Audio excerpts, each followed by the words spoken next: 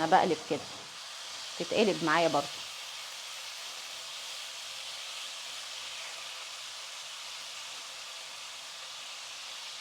ما تخ... مساء الخير، عاملين ايه؟ مع فيديو جديد على قناتي. هنعمل النهارده وصفه جديده لسه ما عملتهاش قبل كده على القناه. في خلطه زوزه. هنعمل طاجن اللحمه او طاجن الكفته بالخضار. عندي حوالي ربع كيلو لحمه مفرومه. الاكله دي اكله اقتصاديه، ما تعتبرش يعني اكله فيها اسعار ولا فيها يعني مصروف عالي. ربع كيلو اللحمه فرمت عليه بصله وسط، حطيت عليه بابريكا، حطيت عليه الفلفل الاسمر والملح والسبع بهارات. طبعا الحاجات دي، التوابل دي بتحطيها على حسب كميه اللحمه اللي انت هتعملي. فانا عامله ربع كيلو، فحط يا دوبك نص معلقه نص معلقه نص معلقه. هنبدأ نشكل الكفتة. هحطها 5 دقايق بس في التلاجة او 10 دقايق بس تمسك نفسها، على بال ما اعمل الخضار. هديله تشويحة خفيفة على النار، وده سر طعامة الخضار في الطاجن. بشكل اللحمة كده. بعد ما اشكلها هسيبها 10 دقايق في التلاجة بس تمسك روحها شوية. وفي الطاسة بقى هشوحها على النار.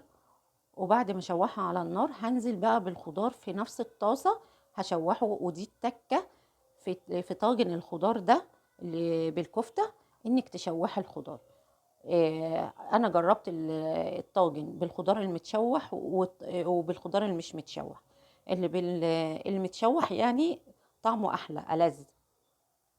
المهم انا خلصت اهو، خلصت تشكيلهم، وهحطهم في التلاجة. انا اهو شكلت اللحمه. هسيبها في التلاجة 5 دقايق. وهطلعها احطها في طاسه على النار هشوحها. فرمت 3 حبات طماطم، ونزلت عليهم بمعلقه صلصه، ومعاهم كوبايتين ميه،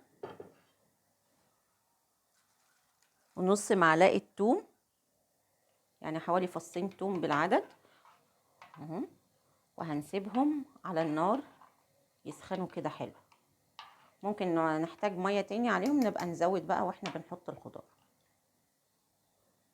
الخضار المشكل اللي انا هعمله في طاجن الكفتة ده بالخضار: بطاطس وكوسة، بتنجان، بصل، فلفل، في فلفل حامي وفلفل رومي. على النار حطيت معلقتين زيت ومعلقة سمنة. انا عايزة اعملها بالزيت والسمنة مع بعض. نزلت باللحمة، هديها تشويحة.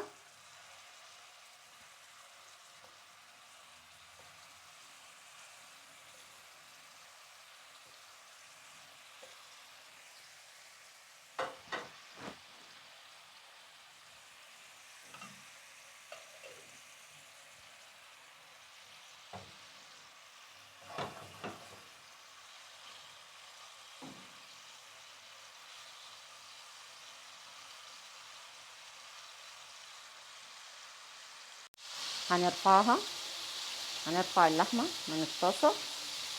انا مجرد اديتها تشويحة.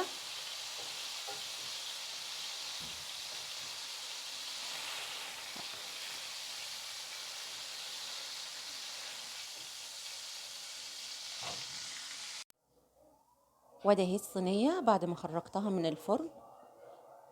وادي الكفتة. التوابل اللي حطيتها فيها: البابريكا والزعتر والفلفل الاسمر والسبع بهارات وسمنة. وخلاص على كده. وادي الصينية خدت حوالي نص ساعة في الفرن وخرجتها اهي. خضار كله مستوي، كله الحمد لله، بالهنا والشفا. ادي صينية الكفتة بالخضار بعد ما خرجناها من الفرن. خدت حوالي نص ساعة. التوابل اللي اتحطت فيها: ملح وفلفل وبابريكا والسبع بهارات وكزبرة، سمنة. عايزة تعمليها بسمنة ماشي، عايزة تعمليها بزيت ماشي، براحتك يعني. اللي هو زيت عباد الشمس، اي حاجة، زيت ذرة، الحاجات الحلوة دي. بس وبالهنا والشفا، وما تنسوش الاشتراك في القناة وتفعيل الجرس عشان يوصل لكم كل جديد.